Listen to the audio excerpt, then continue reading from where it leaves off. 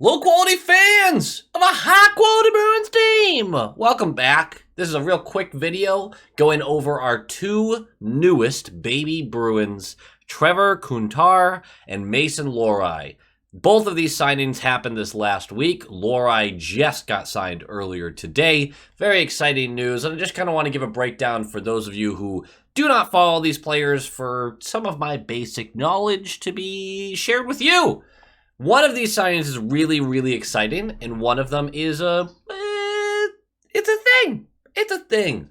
But the biggest one everyone wants to talk about is Mason Lohrei. He has signed an ATO, which is an amateur tryout agreement, so he will be with Providence for the remainder of the season. We'll talk kind of how he could be seen in the NHL this year, but that's likely where he stays, and then the entry-level contract should come soon thereafter to be in Providence full-time next year, or even the NHL, which would be pretty neat. So who is Mason Lohrei? He's a stud. He's a stud through and through. He is the Bruins' top-ranked prospect on the defensive end. He's 6'4", 210 pounds, left D, shoots left, 22 years old, 61 points in 71 games with Ohio State University over the last 2 years. 8 of those points being goals. He's more of an assist kind of guy. But how does he play? What does he bring? And where does his ceiling lie? Basically, he is an offensive defenseman, to boil it down to the most basic. He's pretty solid as far as defensively goes, but he really shines offensively. He's a pretty good skater. His edge work is okay, but he has great vision. He pushes the tempo when it's appropriate to do so, but knows the game well enough to know when to just chuck it out of danger. He is a kind of guy who will find seams where there aren't any, or he can move defenders to create them. His greatest asset by far is his ability to move the puck in small spaces. He can be in a situation where you're in trouble and somehow come out of it with the puck or releasing the puck onto someone else's stick that you didn't even think was an option. You know, a play that actually made me think of him the other day, well, not think of him, but it's a good comparison. So when Krejci's about to turn the puck over on the blue line, and McAvoy jumps in to grab that puck and flings it between the legs to Zacha. This was the power play goal against the Blue Jackets, if you haven't figured that out yet. Between the legs of a defender, McAvoy jumps in, grabs it, looks like it's about to be a turnover, flings it through the legs of a defender to Zacha on that right dot, who then moves in, makes a play, it's a goal. McAvoy gets a secondary assist. That's something that Lohrei can do. He's on the blue line, he's in the corner, he's in front of a net, and he moves the puck, keeps it on his stick, and dances around people. Again, it's not going to be his skating, it's not going to be his edge work, but it is going to be his hands, his ability to move that puck and have the vision to know where to send it. It's incredible what he is capable of doing offensively. His shot is powerful.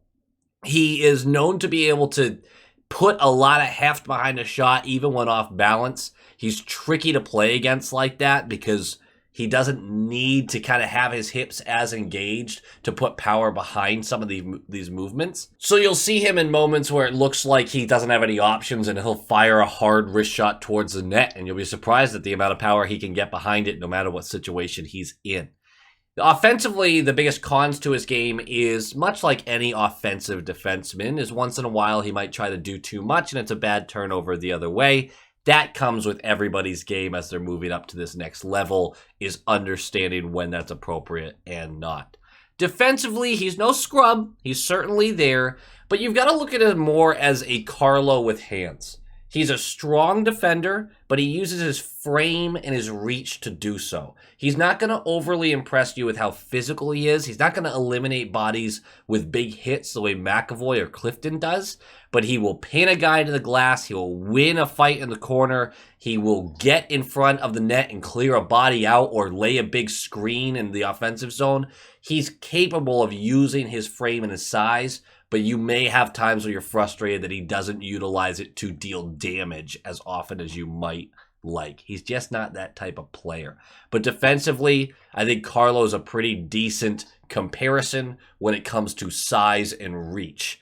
They defend a little differently, where Carlo is really a shot eater.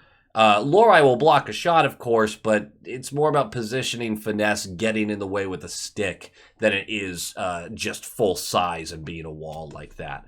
But I do think they're a pretty good comparison when it comes to the physicality side of things. I want to be clear about one thing, though. He's not McAvoy. What we've seen him do at the college level when he was 21 and 22 is what McAvoy was doing when he was 18 and 19. They are not the same. I believe that Lohrei will become a very high-end top 4 defenseman who can fill in as a top pairing guy in a pinch. I do not think he belongs as a number 1 on a team, and certainly not a top 10 defenseman in the league. But a high-end top 4 in the second round, late in the second round, is an excellent value pick, especially when after that pick was made, we were flabbergasted by how far off the board it seemed to be, or at least a lot of us were. Could we see him in the NHL this year? Unlikely. Doesn't make a lot of sense. We would have to have 3 to 4 injuries on the defensive end for that to happen. But next year, if they believe he's ready for NHL minutes full-time after college, it's very unlikely. But if they decide to bring him up right away, not re-signing Orlov, moving Riley and Forbort, I know we like Forbort, but he probably should be a sacrificial lamb for cap space in this offseason.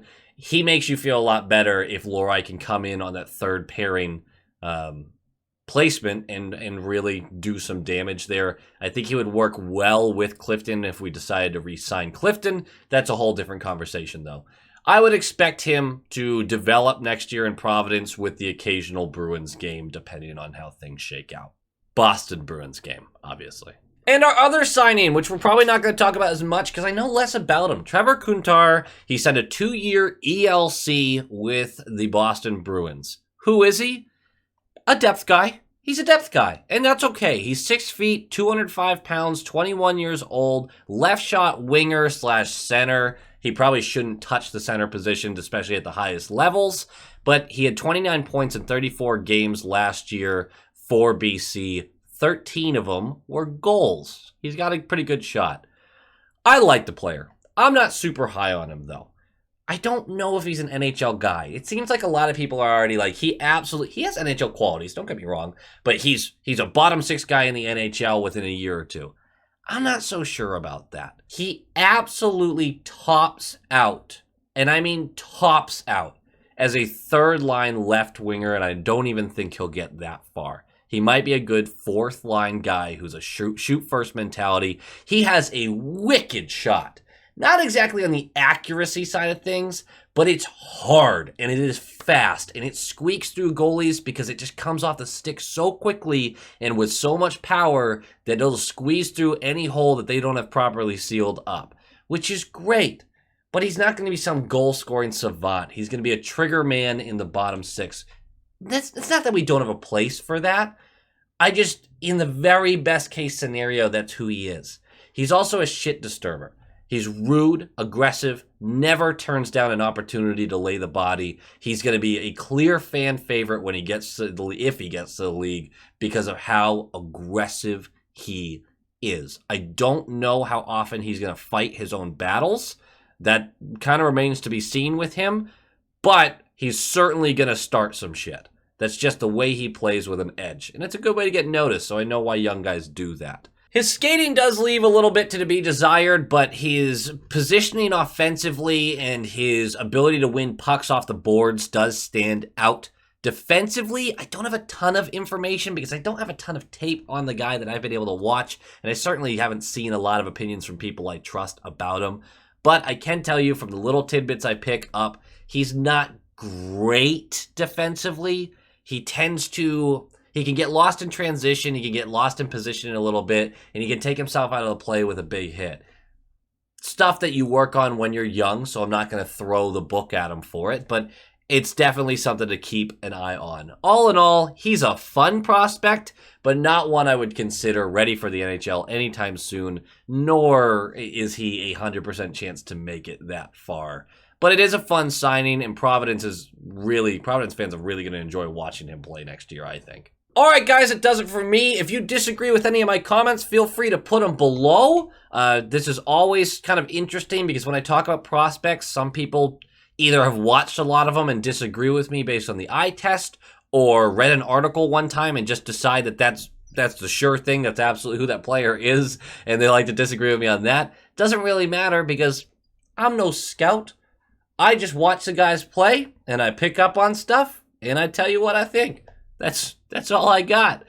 Go Bees. Go Bees!